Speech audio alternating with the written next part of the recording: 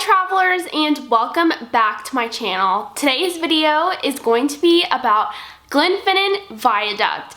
Glenfinnan Viaduct is a train viaduct that has a very picturesque and beautiful view. It is also extremely iconic because it is in a lot of the Harry Potter movies, which is why seeing the train across Glenfinnan Viaduct has become so popular in recent years. We did get to go see the Glenfinnan Viaduct when we were there, and we timed it perfectly to be able to see a train cross, and that was really cool experience. However, there is a lot of puzzle pieces as far as making sure that you see a train go across the viaduct. So today I wanted to talk about my experience, how to perfectly plan your trip to see a train cross, and yeah, so let's go ahead and get on into it. So first off, I want to talk about where the Glenfinnan Viaduct is. So it is in Fort William, Scotland. So Fort William, I'm going to place a map right here. Fort William is about 3.5-ish hours from Edinburgh. Fort William is a really good location for a lot of different things, but it is a perfect location to be in if you want to see the Glenfinnan Viaduct. So we personally timed it out so that way we could see it on our way back from Isle of Skye. We drove to Isle of Skye and did a couple stops along the way, and then on the way back from Isle of Skye to Edinburgh, we timed it perfectly so that way we could see a train on the way back. So that is personally what we did. And some people just stay in Fort William so that way they are located already in that location and can easily get to the viaduct that way. So obviously the viaduct is absolutely beautiful if you see it just without seeing the train cross it. It's definitely a cool stop. There is a lake across the street from the viaduct where another Harry Potter filming location is. So the whole area is absolutely picturesque. So if you just happen to stop and see it, you won't be disappointed just because it's absolutely stunning.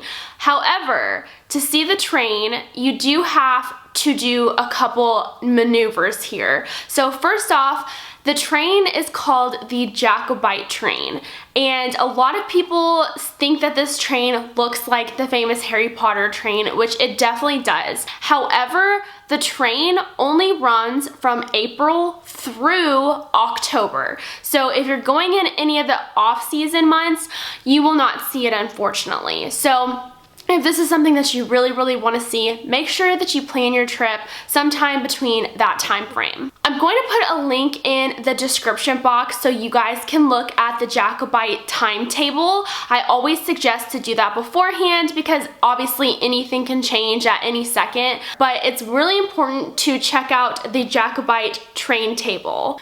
And you can tell when they're going to be coming through the viaduct by this timetable. So typically there are 2 opportunities to see the Jacobite train cross in the correct direction per day. Obviously, I suggest to always look at the timetable before you go, like I said, so that way you can plan the perfect timing. So once you're there, there is a parking lot, and the parking lot also has a welcome center with a small store, cafe, and restroom.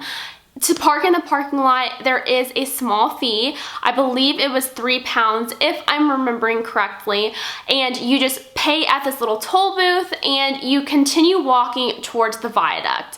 The whole area is similar to a park where there's a couple different walking directions that you can take, but typically if people are going to be there to see the train, you can pretty much follow the crowds and see where everyone is going because they're all heading in the same direction.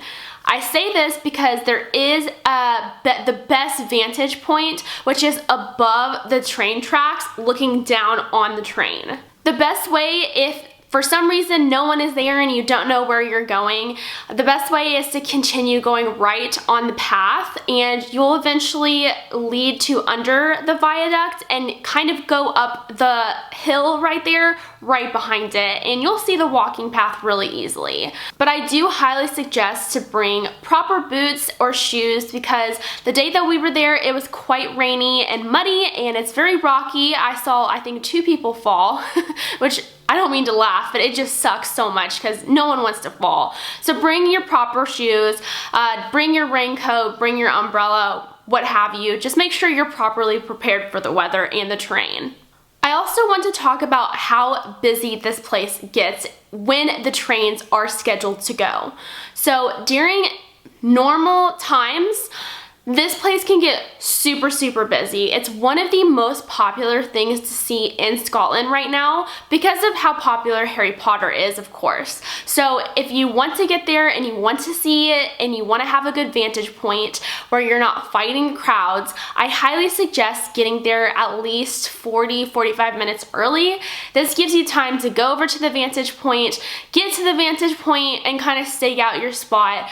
And sometimes the parking lot can also get really full as well. So this is just like a great reminder to try to get there early so that way you can secure a good spot in the parking area and so you can secure a good spot on the vantage point. While this place is super popular now because of the famous Harry Potter movies, which I am a huge fan of, this place also has a ton of history surrounding it, and it has a really interesting history. I highly suggest to do some research beforehand just so you know about the lay of the land and why this viaduct was even built in the first place. I also want to mention that if you would rather be on the train, you can definitely book to be on the train instead of watching the train go by.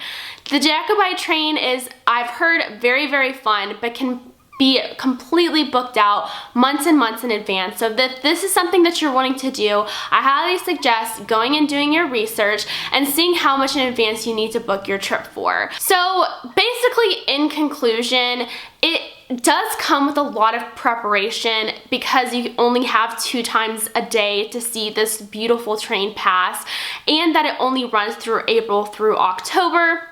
However, it was so much worth it. I know it's like only about a minute that you see the train pass, but truly it was such a cool experience. I would do it over and over again. Although the planning was quite extensive because we were obviously driving from Isle of Skye and we had to time that perfectly, it was 100% worth it. I highly suggest it because it's just such a cool experience, especially if you are a Harry Potter fan. You will absolutely love it. Just make sure you do your research in advance so that way you can see it and in all its glory and just have the best time ever.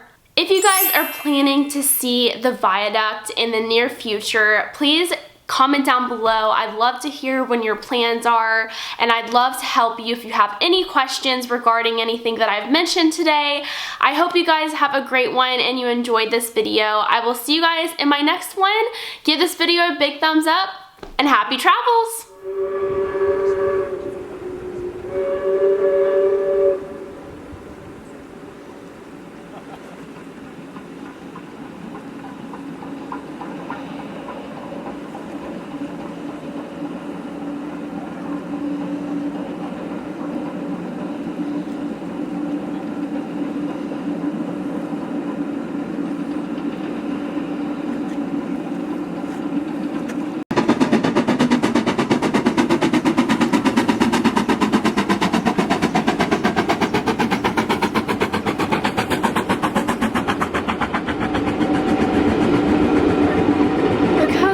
It is.